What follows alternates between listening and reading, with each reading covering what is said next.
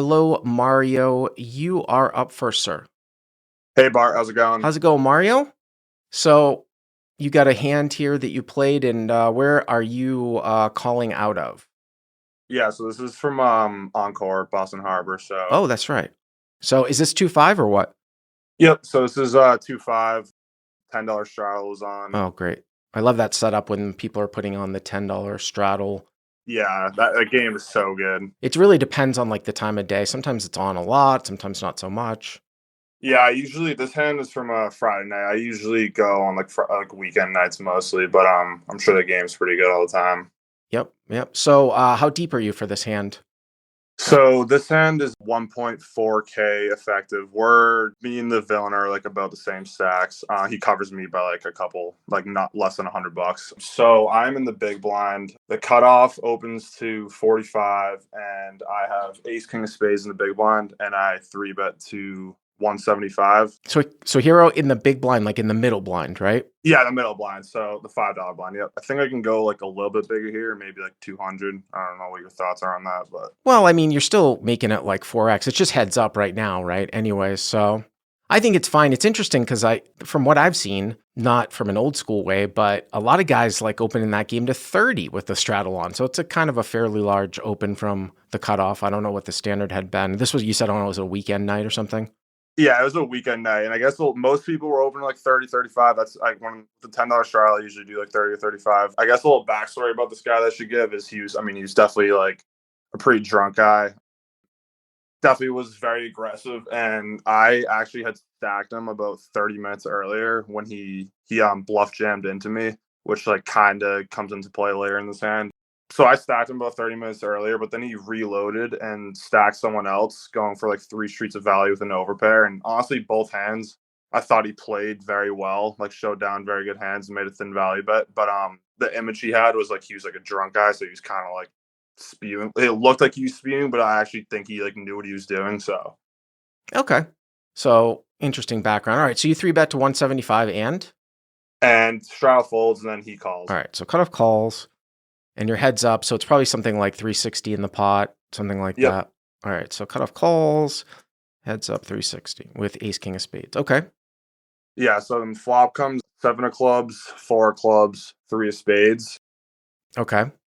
I actually check here, which honestly, against most opponents, I think I usually would bet this flop. I mean, I know it's not like a 7-8-9 type of Right. flop, but it definitely favors him. And I think like with this specific because I had a backdoor spade draw, and I didn't really want to c bet and then have him raise and like get blown off like my backdoor equity.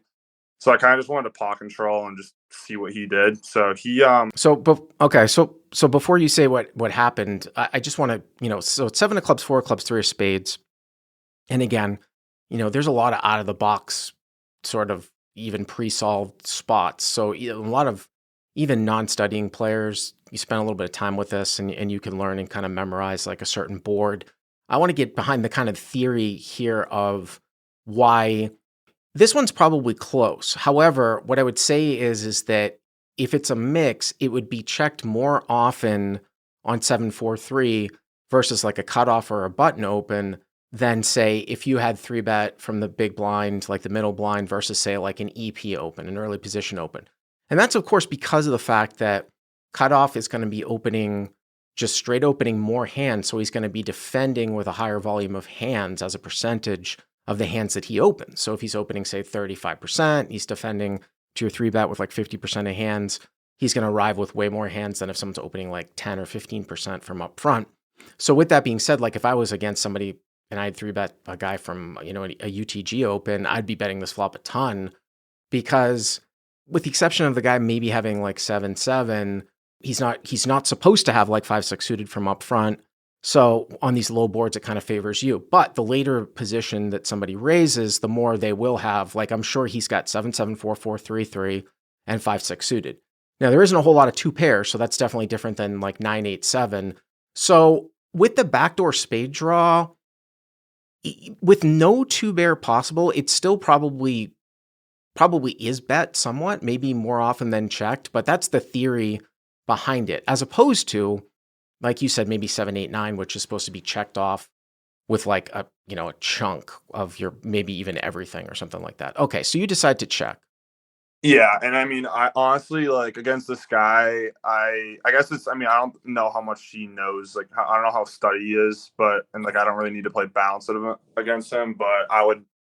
I guess I would. I think I would always be betting aces and kings and queen like over pairs in this flop. So I guess it was like a little bit unbalanced with me, but I don't think he's like looking into that too much.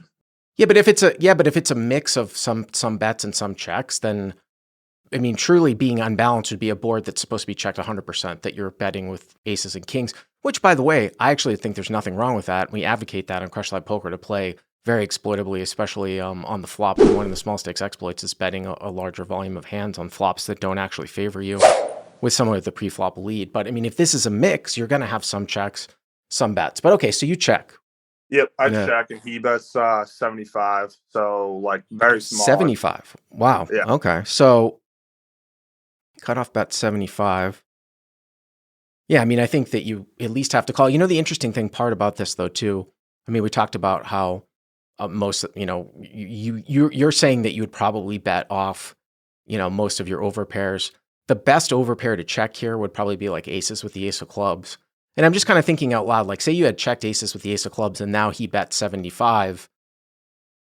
There must be some check raising frequency with some of the hands that you check because of the really small sizing that he uses. Like I said, this is not like 7, 8, 9 or like 8, 9, 10. I mean, I'm not talking about check raising ace, king of spades, but I'm just talking about how, all options are open in certain situations. I assume you called, right? Yeah, I just called. Mm-hmm. So 5-10. Yep, 5-10 to the turn. Turn was the king of clubs, so okay. Out top, but it brings in the front door flush draw. Right, so the front door comes in. You now have ace king, so top. Yep. Okay. So I check and flow, obviously, because like I would never lead this card. And he bets 200, so about 40% pot.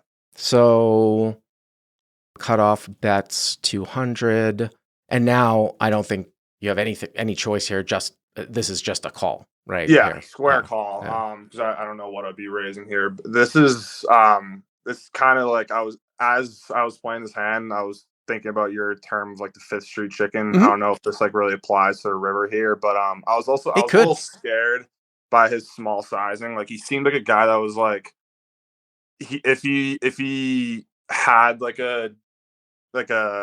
if he didn't have a strong value hand, like if he was bluffing or something, I think he would take a larger sizing. So like I feel like this 40% size was like kind of nutted, honestly. So I was playing cautiously, but so the whole thing with Fifth Street chicken, you know, obviously you mentioned Fifth Street chicken, which is definitely a term that I came up with. There's always debatable about which terms I've come up with. Sometimes I don't even know. Of course, Fifth Street chicken talks about when you're basically making your opponent, you're making it obvious to your opponent that you have something, that you have some sort of showdown, and it's usually set up when you're out of position on the turn, and you're basically kind of playing a game of chicken, whether or not this guy is going to bet again on the river. And sometimes you actually fold when nothing changes because the bet in itself is change. This isn't the best example of that, and the reason why that is because I feel like just because you play this line as check call does not mean that you have like some sort of like strong hand that you're holding on. Like I could see any hand that you have that's even unpaired that 3-bet out of the big blind because it's late versus big blind. Like say you had ace queen with the ace of clubs, ace jack with the ace of clubs, some unpaired hand with the ace of club probably still gets to this turn like this and still calls. And, you know, it's interesting because now that you have check called on turn, your hand is going to be one of those hands that I just mentioned, possibly ace king. It's interesting because like you didn't bet the flop. So how many overpairs do you sort of arrive here with as played? And it's also an interesting spot if you didn't have a club, like if you somehow checked like tens, jacks, queens. By the way, those are get bet off because they need more protection. And if they were red, I feel like you still kind of have to call getting like 700 for 200, you know, sort of passively as played. The point that I'm making is that a better example of history chicken is like when you bet turn and a guy raises you and you call in another scenario where it's like pretty obvious that you have maybe on a non-flushing board or something like that where you have something and now you're going to try to sort of play a game of chicken with the guy, figure out if he's going to bet here at the end. So that's where we're at. So now we're at 9-10, right? 7 of clubs, 4 of clubs, 3 of spades, king of clubs, 3 clubs, hero with ace, king of spades. Okay. Yep. And then the river is the king of hearts. So I river trips with top kicker. So here's the thing that I would say in this particular spot, and this is one that comes with a little bit of experience.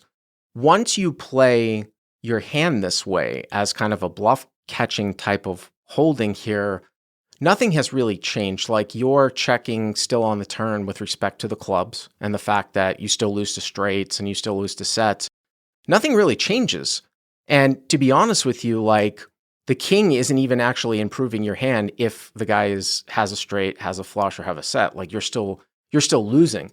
So it would be almost nonsensical to like raise river, to come out and lead river here, because it's not a very common line from the cutoff to like bet like 9s on the flop and then continue betting on the turn. Like that's kind of an in-between hand.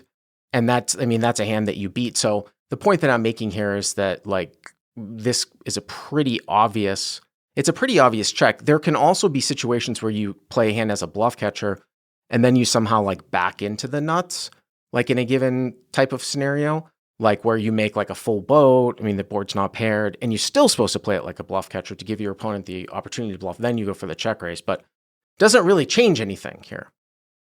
Yeah, that's like pretty much exactly what went through my head, except for the fact that this is probably like sort of irrelevant, but this guy seemed like he was very aggressive. And I know this card, like most scenarios, wouldn't change anything, but I wouldn't be surprised if he like took a stab on the flop with like king queen or king jack with like a club and then like turned a pair with a flush draw and then walked into trips with a worse kicker. I mean, those are only a couple combos and like not too likely, but I didn't completely rule them out. I would never lead out on this card though, because like obviously if he's bluffing, I want to give him the opportunity to bluff. And those hands, like I do beat those. Like if and I think you'd value bet them if he arrived that way. So I check and flow, like you said, and he goes all in pretty much like right away for around 1,000, like just over pot. So like 1,000. Yeah, 1,000, 950 to 1,000. I wasn't sure the exact total, but it was around that. Well, I mean, it's one of these things where we can look at, pot odds. We can look at an MDF type of scenario. You say like, oh, this is one of the best hands that you might arrive with as played here. And that's definitely true. And if he's only risking pot, you're definitely in the top 50% of types of holdings. I'm not saying that it's necessary, that overrides everything in certain situations. I just want to bring up, though, the point that I know you said that it's possible he might like value bet the case king here, but that's like, there would have to be a lot of things that would have to happen here for him to have the case king, because, you did go 4x from out of position as a 3-bet. This is not a single raise pot. So like what offsuit king X does he have here? Maybe ace king first, like, so you can go down things like ace king, if that's a flat. Does that always start a bet on the flop? Ace king, a lot of people take showdown types of lines. King queen off, is he calling with that to 3 bets? And then like, is he calling king jack and king 10 off? Yeah, I don't think he would ever start a bluff with ace king on the flop. I think he'd like take it as showdown, like you said. I think king queen and king jack, he's never folding pre-flop, so I think those are definitely in his range. And I think he might start a bet on the flop to try and get me to fold off ace king on either the flop or like a later street. Now the only thing the thing that I want to bring up, because I'm reading some of the live chats, and this is sometimes we can be a little bit results oriented, is people are saying, oh, this is just a call all day. Now my challenge to some people in the live stream and some people watching this video is, what is the difference here between the king of hearts coming and like say the deuce of spades coming in terms of what this guy's representing? Like if the deuce of spades came and you checked and the guy moved all in, I'm sure we would have a lot different reactions in the live chat than what we see here, where they're like, oh, just check call, right? Yeah, but there shouldn't be. It doesn't change anything. I mean, the only thing it changes is about like the sort of strength of your hand and selection of what you're going to defend down with. But with what he's representing, if we take out the fact that it's so unlikely that he has another king, he's basically representing like he's got a boat, a flush, or maybe, a straight. Yeah. I also thought that though, because I did stack him 30 minutes earlier about when he bluff jammed like the nut blocker into me, and I think that like him doing that might like slightly lower his bluffing frequency because he like just bluffed into me. But should I tell you what I did or? Sure. Just one other comment too. Someone said that he might have more bluffs with that river. Go Birds 90 says, we don't know what this guy would do. Again, my challenge to that, Go Birds, is that if the hero actually had like a hand like Queen, Queen, or Jack, Jack, this is actually probably a better river card for him. So it's not necessarily the best bluff card on like an inconsequential pair run out that doesn't necessarily connect with the board. But anyways. Yeah, I agree with that. Because I think once I check call flop and check call turn, like I have so much ace king in my range. So like him jamming that is like pretty strong of him. I mean, this would be one hell of a hero fold. I'm assuming that you called. Yeah, I called because like minimum defense frequency. Yeah. Like I was like way too strong and like he was a pretty drunk guy. So I called and he showed down 4-4 for a boat. So you get kind of screwed by the run out, huh? Yeah, I think yeah, I mean, I don't think I did anything wrong. Honestly, I think as played, it's just a square call. But let me just go one last quick thing about this, just very, very quickly. So would you have called on an offsuit deuce? Yeah, I don't think I mean, besides like the 2 extra combos of him, like maybe running into like king, queen, and king, jack and value owning himself, like, I don't think that changed. I think I was calling regardless because I wouldn't put it past this guy to like flop was like 7-4-3, 2 clubs and a spade. If he had the hand like 8-9 of spades with like 2 overs, backdoor gutter and backdoor like flop, like I wouldn't. He seemed like he was willing to like bluff and like spew some stuff. So I don't think I was ever folding. And then one last question for you and for the viewers is that, what about a board pair like a 4 or a 3? And my question there is that would you rather see a 4 or a 3? This is assuming that he doesn't have any 2 pair. A 4 or 3 or a 7 come in at the end. Well, maybe not. Maybe a 7's a little bit different, maybe because maybe he does have some 7x. But would you rather see a 4 or a 3 come in at the end here than an actual king of hearts? Yeah, well, because it like reduces like pocket fours and pocket threes. Yeah. Even a 7, I don't think he'd bet like if he had like ace-7 suited, but I don't think he'd bet that on the turn. Yeah. So any board pair. Because I think I can make a case that I would almost rather see the board pair here, like off a 4 or a 3, and give him less combos of boats that he possibly can have. And then sometimes too, you get a guy like with 5-6 suited that will actually even check back when the board pairs and the third club's out there. You don't face the bet. So I might rather see a 4 or a 3 here at the end. I got to move along, Mario. I appreciate it. Maybe I'll see you at Encore someday. Thank you very much for the call.